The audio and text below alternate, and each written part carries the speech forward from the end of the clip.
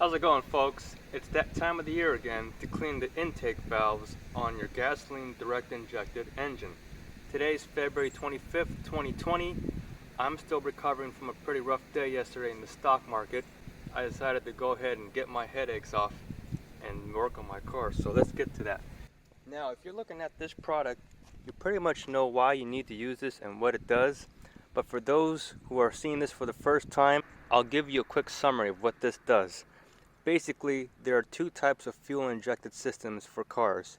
One, there's your traditional fuel injectors, which thread into the intake runners of your intake manifold, and when it sprays gasoline, that gasoline goes past by your intake valves. Now, gasoline has properties that helps it act like a detergent, so as it comes past your intake valves, it's helping to keep the valves clean. But with a modern day gasoline direct injection engine, we don't have those fuel injectors spraying fuel into the intake runners. In fact, the fuel injectors are threaded directly into the engine block. That gives you better fuel efficiency and increased power, but at a cost. And that cost is you don't have any gasoline to keep your intake valves clean. So over time, you build a lot of carbon buildup. That looks like this here on the picture. Now, what are some of the effects of carbon buildup? The effects of carbon buildup can be, one, poor idling. You may notice that your car kind of stumbles a little bit as it's just sitting at a stoplight or at a stop sign, and you're probably thinking to yourself, why is my car doing this? Number two, hard start conditions. So in the morning when you go to start your car, it may take a little bit longer for it to start. Also, you may notice that after you go to, let's say, a grocery store and you come back to get in your car, it may take a little bit longer to start. Three, you may even fail your state's emissions test because the car cannot idle properly. And four, lack of power. So when you try to get on the freeway, for example, and you're trying to give it a lot of gas so you can get to freeway speeds, you're noticing that the car is not as quick as it used to be, so you're having to give it even more gas to go. Those are pretty much the four common symptoms of carbon buildup on your intake valves. So to prevent that again, use a product just like this right here. I'm not endorsed by this company, nor do I promote this company.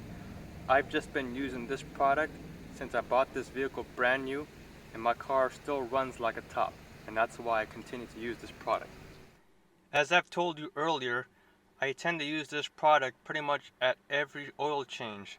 I now have 117, let's call it 118,000 miles on it. And according to my records here, as you can see, the last oil change that I did was at 113,000. So that's almost 5,000 miles. So we're pretty much due for a GDI intake valve treatment. Now, I'll go ahead and show you how it's done.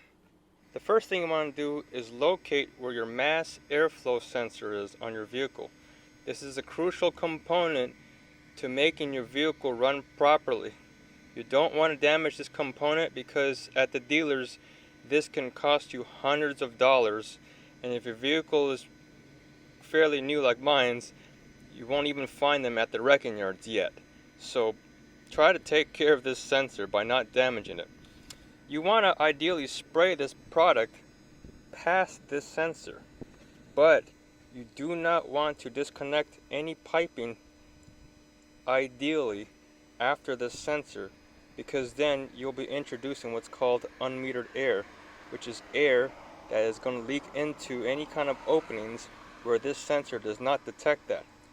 And if you get unmetered air, your engine may not be able to compensate for that, and you may cause it to run really bad. So you don't want to disconnect anything past this. What I tend to do is try to introduce the product before the sensor. In my case, I can simply just remove the air box here like so.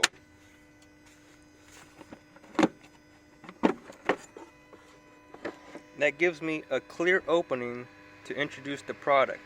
The product itself has a very long straw. This will enable you to pretty much insert the straw so I can get it past the sensor and then simply just follow directions as written on the bottle. Now, the instructions says for you to have a second person to help you with this next step. And that next step pretty much is to start your vehicle and to maintain an engine speed of anywhere from 3,000 to 3,500 RPM. But if you are by yourself, I have a very easy solution for you to mimic a second person. Pretty much get an item that has a long bar, such as this duster I have, and you pretty much want to wedge this where your gas pedal is. And you want the other end to kind of wedge somewhere, like in my case, I can kind of stick this other end onto the chair. And then I can simply just move the chair forward, and as I do, it will push the gas to keep the engine speed to the required amount. After you start the vehicle and get the engine to its optimal engine speed, then you want to spray the product in short bursts. Read the instructions carefully because you could make a mistake. Okay, we have the engine at the optimal speed. Now let's go ahead and start using the product.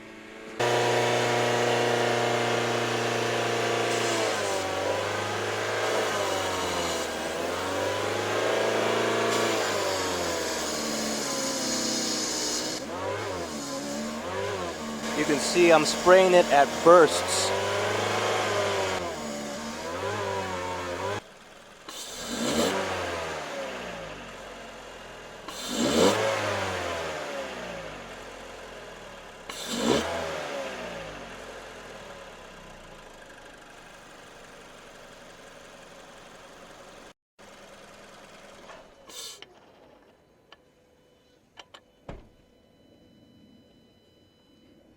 Okay, so as I've told you earlier, the final step now is to drive the vehicle around, preferably at a highway speed or close to it, so that way the product can continue to clean your engine.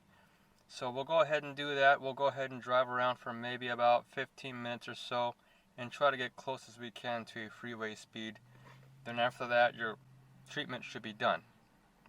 If your car starts to bog down a little bit as you're driving it around, or if a check engine light comes on, because sometimes it might come on after you use this product, don't be alarmed. That's just residue product being sucked in through the engine, and the sensors are detecting that.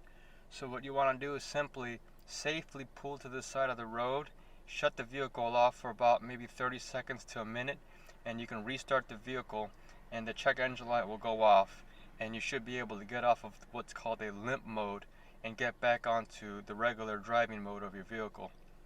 And as you can see here, we're just driving around. I'm trying to get it up to a little bit higher speed, but unfortunately I have to go through some neighborhoods for at least another 5 minutes until I get to a closest freeway. So we'll go ahead and keep you guys posted here. Well, you guys, I hope you found this video to be helpful in guiding you to use this product on your vehicle. It does not have to be exactly like mine's. Please leave me a comment below if you guys have any suggestions or other things that you want to say. Also, hit the like button, and don't forget, if you want to subscribe to my channel, I do some awesome videos from time to time on car tech and other things. Until then, have a great day, you guys.